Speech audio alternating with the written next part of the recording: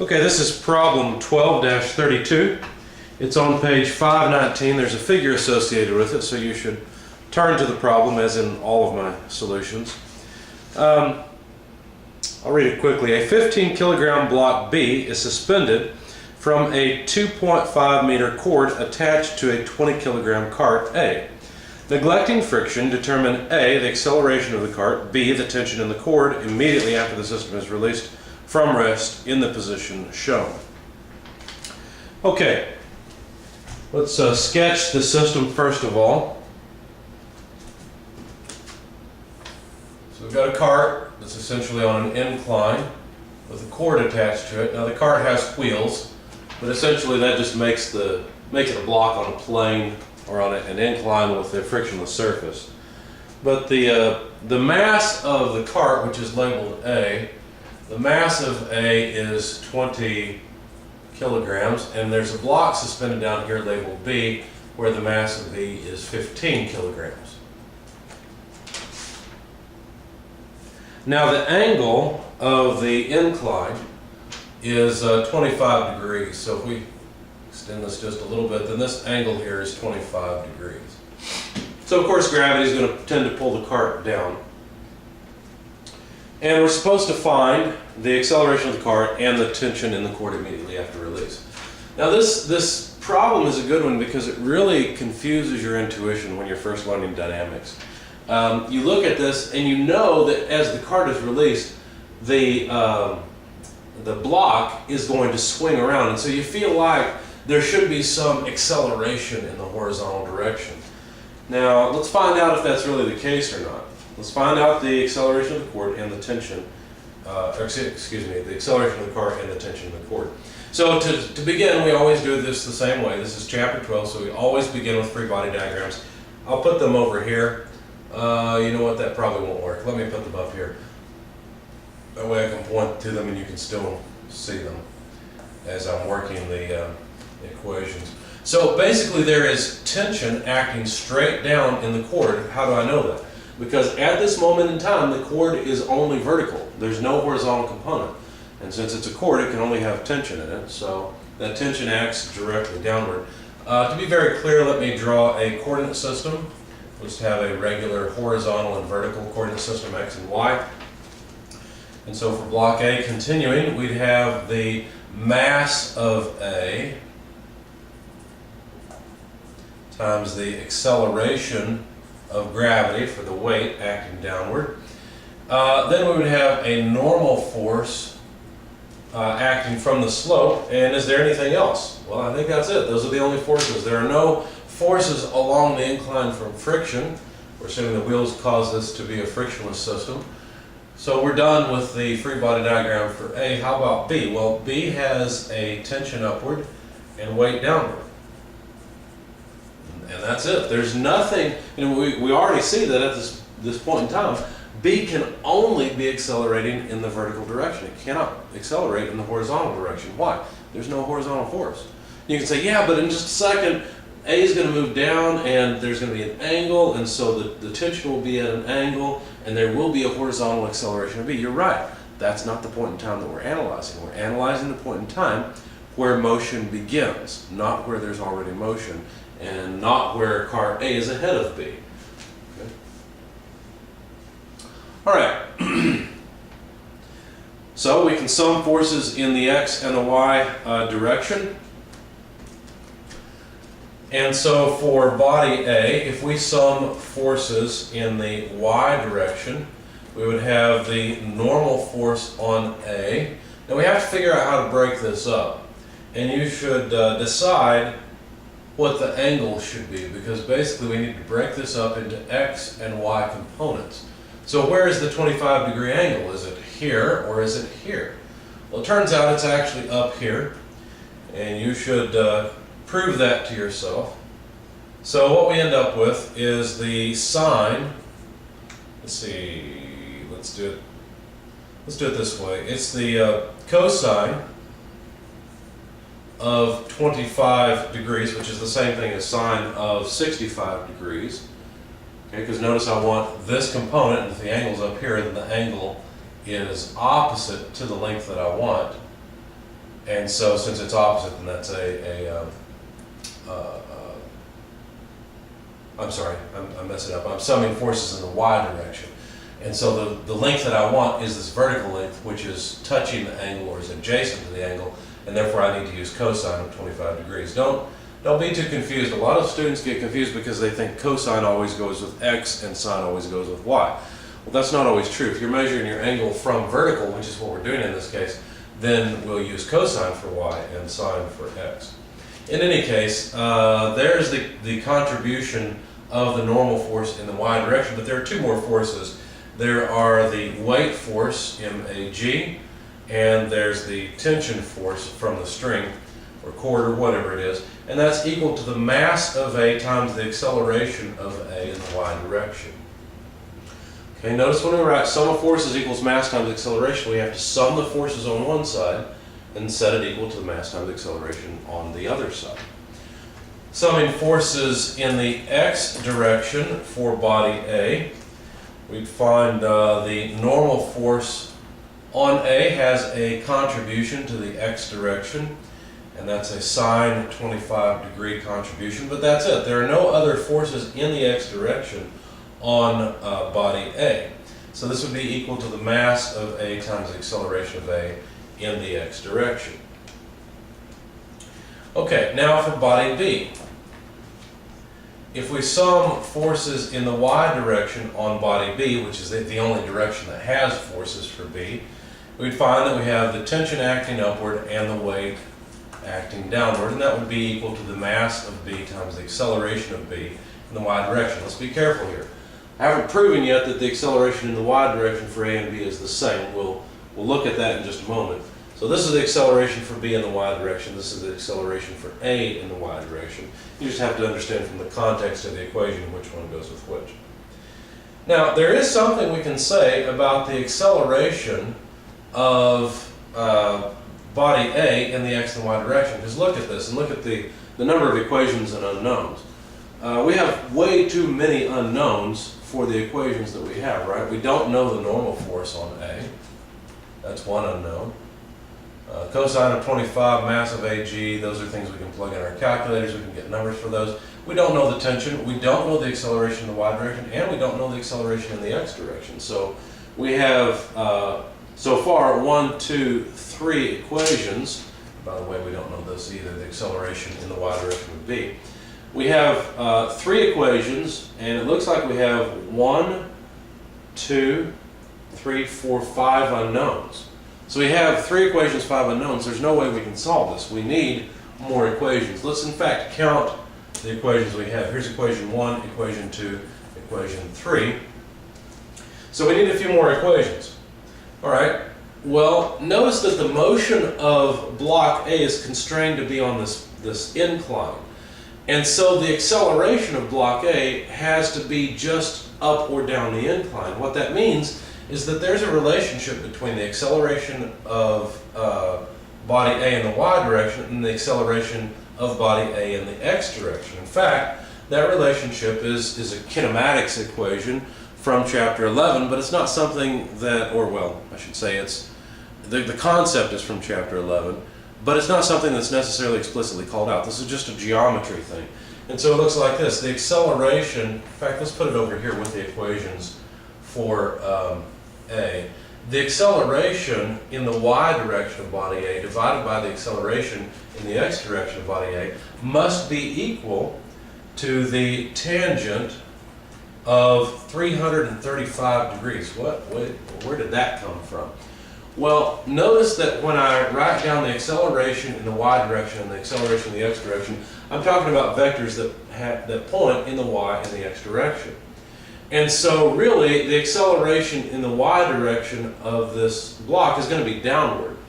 And so since I'm measuring angles from the x-axis, and I know that the acceleration of A must have a positive x component and a negative y component, and basically what I'm doing is I'm saying that the angle of measurement, is from the x-axis around to this. That's 335 degrees, because it's 360 less 25. And that would mean that that takes care of the sine issue, basically. All right, so you may want to pause the video and prove this to yourself. But basically, the acceleration, and I know this is getting kind of small, but the acceleration component in the y direction is negative, while the acceleration component in the x direction, which lays on top of the x-axis here, unfortunately, let me move that out. There we go. That's too close to my free body diagram. But anyway, the acceleration in the x direction of body A, it has a positive horizontal component, whereas the acceleration of body A has a negative y component. And so this allows me to relate, because if you calculate the tangent of 335 degrees, you'll get a negative sign, which takes care of everything. Okay. So basically, what we get from this is the acceleration of y is equal to the acceleration in the y direction for A is equal to the acceleration in the x direction for A times the tangent of 335 degrees. You could have taken the tangent of 25 degrees and just thrown a negative sign in there if you wanted to, but anyway, this is the way I did it. Okay, now we need to consider something else. The acceleration in the y direction for B and the acceleration in the y direction for A. Are they the same or are they different? Well, if A were to accelerate in the y direction faster than B, then there would be slack in the cord, right? But we know that there couldn't be any slack in the cord because any slack would be taken up by B accelerating. Okay, B is going to accelerate as quickly as it can because look, if the cord were just cut, the acceleration of B would be g, right? That would be the acceleration of B. A cannot accelerate at a rate of g. There's no way. Why? Because A is constrained to move along this plane, and so it's not going to accelerate as fast as B. Therefore, there will be tension in the cord during this acceleration, and the acceleration in the y direction of B and A will be the same. So basically, B wants to accelerate faster, but it can't. It's constrained by A. So all we've done is intuitively argue that the acceleration of B and the acceleration of A in the y direction is the same. So basically we have four equations now, where this is our fourth equation, and now we have four unknowns because the acceleration in the y direction of A and B must be the same. Okay, so if we put equation 1 with equation 3 to solve this system of equations, we'll find that the normal force on A multiplied by the cosine of 25 degrees less the mass of A times G less T is equal to, or which is equal to the mass of A times the acceleration in the y direction. If we add that to equation 3, which says tension less mass of BG is equal to, let me move it over, is equal to the mass of B acceleration in the y direction. We're just going to sum these two. Then we can add the left-hand sides together and add the right-hand sides together. That way the tension will cross off. Then we'll have the normal force on A cosine 25 degrees less, now notice we've got the mass of AG, mass of BG, so if we simply add mass of A plus mass of B, we can multiply by G. And now we've combined the whole left-hand side of the two equations. Now we just need to combine the right-hand side. We already know the acceleration of the y is the same, so mass of A plus mass of B times acceleration in y direction. Okay, so basically what we've done here is we've eliminated one of the unknowns, which is the tension and the strength, or rope, or whatever the thing is. Let's see, I'm out of space, so I'm going to erase the free body diagrams to continue solving these equations. We'll leave the figure up there. Okay, so now if we take equation 2 and equation 4 together, let's see, equation 2 is right here, equation 4 is over here. Then what we'll find is that the normal force on A times the sine of 25 degrees, okay, coming from right here, is equal to, it's equal to the, where are we, 2, is right here. It's equal to the mass of A times the acceleration in the x direction, but I want to get rid of the acceleration in the x direction. So what I will do is rearrange this equation one more time, say that the acceleration in the x direction is the acceleration in the y direction divided by tan of 335 degrees. Let's make that a 5, not a 3. Okay, and that way I can just plug it in here, and so this is easy. This is just the mass of A multiplied by the acceleration in the y direction divided by tan, and let me use my shorthand, just capital T, 335 degrees. That'll make this equation a little bit smaller and easier to deal with. So that's equation 2 and equation 4 combined. There's only one problem. Let's see. No, this is okay. This is fine so far. So what I'm going to do then is rearrange this and solve for the normal force on A. That is just the mass of A acceleration in y direction divided by tan, 335 degrees. And I'm just moving the sign down into the denominator on the other side. Okay, so that solves the normal force of A. And notice that here, let me call this equation 5. When I combine those equations, eliminating the tension in the cord, I've still got the normal force in A. And if I call this equation 6, then all I'm going to do next is put equation 5 with equation 6. And so I'm going to substitute in for the normal force of A from this equation. And so it looks like this. The mass of A acceleration in the y direction divided by tan, 335 degrees, sine 25 degrees. Okay, that's this piece here. Plug it in here, times the cosine of 25 degrees.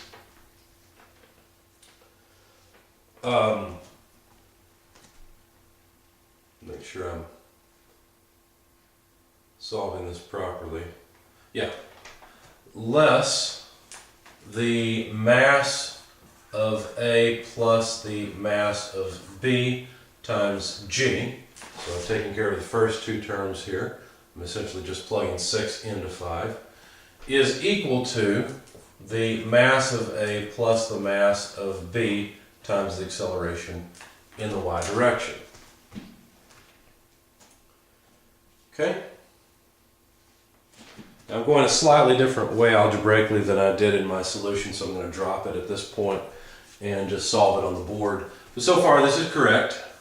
There's no problems here. So all I really want to do is solve for the acceleration of A and B in the y direction. That's what was requested, I believe. Let me verify that from the book. Yeah, acceleration of the car. Once I get the acceleration in the y direction, then the acceleration in the x direction is straightforward. So all I really want to do is solve for AY from this equation. So let's continue on the next line. Let's see. Alright, so probably the easiest way is just to move this term to the other side, move the constant term to the right side. So I'd have the mass of A multiplied by, let's see, trying to figure out if I can combine these easily or not. Yeah, I should be able to combine them. So let's do it one step at a time though. Acceleration in the y direction divided by the tangent of 335 degrees. But sine over cosine is also tangent, so I need to multiply by tangent of 25 degrees to combine these two. Just pull this one to the other side, minus mass of A plus mass of B, acceleration in y direction equals, moving this term to the other side, mass of A plus mass of B times G.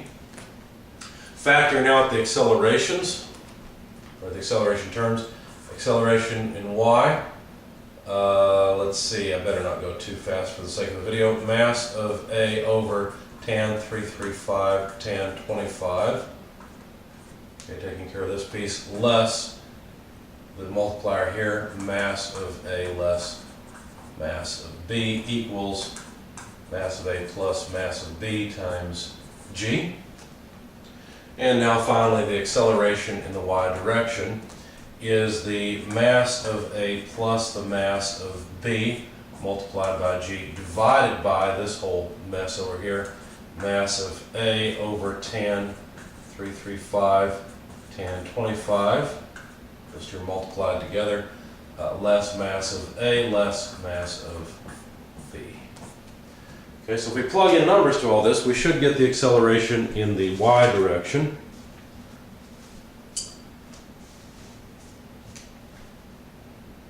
And I'm just looking at my solution that I worked out slightly different from this. You can see the details of this, by the way. Just download the PDFs with the example problems. Anyway, when you plug in all the numbers, you know the mass of A, you know the mass of B, 20 and 15. You can plug tangent into your calculator easy enough. You know G is 9.81 meters per second squared. You should get about negative 2.704 meters per second squared. And so then, remember I had an equation up here, equation 4, which related the acceleration in the x and the y direction for block A, the cart that's moving down the hill. You don't have to go back and reference it on the video. I'll jot it down here as well. But that equation was basically that the acceleration in the x direction is the acceleration in the y direction divided by the tan of 335 degrees. So anyway, if you use that equation basically, which is equation 4, then you find that the acceleration in the x direction is about 5.799 meters per second squared. And there's the acceleration of block A. Of course, this is the y component. Now, most likely what was asked for is the acceleration magnitude, so the acceleration in the y direction will just be square root of the sum of the squares of the AY and AX components. So you can see plugging these in. You just square 2.704 and add it to the square of 5.799. Take the square root. You should get 6.398 meters per second squared as the acceleration of A. Now, of course, the direction, you could write it in vector form if you want, but the direction is just down the slope. You know that from inspection. Okay, so finally, they asked for the tension in the rope as well. Problem's pretty much solved at this point. We had an equation 3. I'll jot down that equation for you again, just to remind you. Let me find it quickly. Here we go. I need a little bit of space, and I guess I'll go back up here. We don't need this anymore. Okay, equation 3 looked like this. It said, it was a sum of forces in the y direction on V. It said tension less mass of B, G equals mass of B, acceleration in y direction. So we can solve for the tension easily. It would be the mass of B multiplied by the sum of G plus AY. Okay, you just move this term to the other side, factor out the mass of B. And again, I won't plug in all the numbers on the video, but the mass of B is just 15 kilograms. G is 9.81 meters per second squared. And of course, AY is actually a negative 2.704 meters per second squared. Okay, so don't worry about it. Don't think you have to flip this sign. AY is just a negative number. And so really you're going to subtract 2.7 from 9.8 and then multiply by the mass of B. Anyway, when you do that, you find that the tension is 106.6, and the units are kilograms meters per second squared. And of course, in SI units, a kilogram meter per second squared is simply a newton. And so the units of mass times acceleration in SI comes out nicely to newtons, whereas in English units, of course, when you have pounds mass feet per second squared, it's not so nice. You have to use G sub C to convert it to units of pounds force. But anyway, there's our tension, which was asked for 106.6 newtons. Notice, here's something kind of interesting. Notice that that is different from the weight of B. And that should make sense to you because B is accelerating in the y direction. In fact, if you look at the weight of B, let's see, let's do that just for fun. I know I have a weird idea of fun, don't I? Anyway, let's calculate the weight of B. And let me ask you a question. Think about this for a minute. You might want to pause the video after this question. Is the weight of B more than or less than the tension? It's a simple thing to answer, but is it? Okay, so hopefully you pause the video, and now you're back. And if you think about it, the weight of B has to be more than the tension, right? Because we know that B is going to accelerate in the negative y direction. So this tension is not enough to keep B from accelerating downward. But let's just calculate it for the fun of it. So 15 kilograms multiplied by 9.81 meters per second squared. It's going to be about 150. But let me plug it in my calculator. So 15 times 9.81 gives us 147.15 newtons, essentially. So that's the weight of B. And it's obvious then that B must accelerate downward because we simply don't have enough tension to prevent it from doing so. So it will in fact accelerate downward, but it's not free fall because there's some tension resisting the weight from pulling B down or causing B to accelerate downward.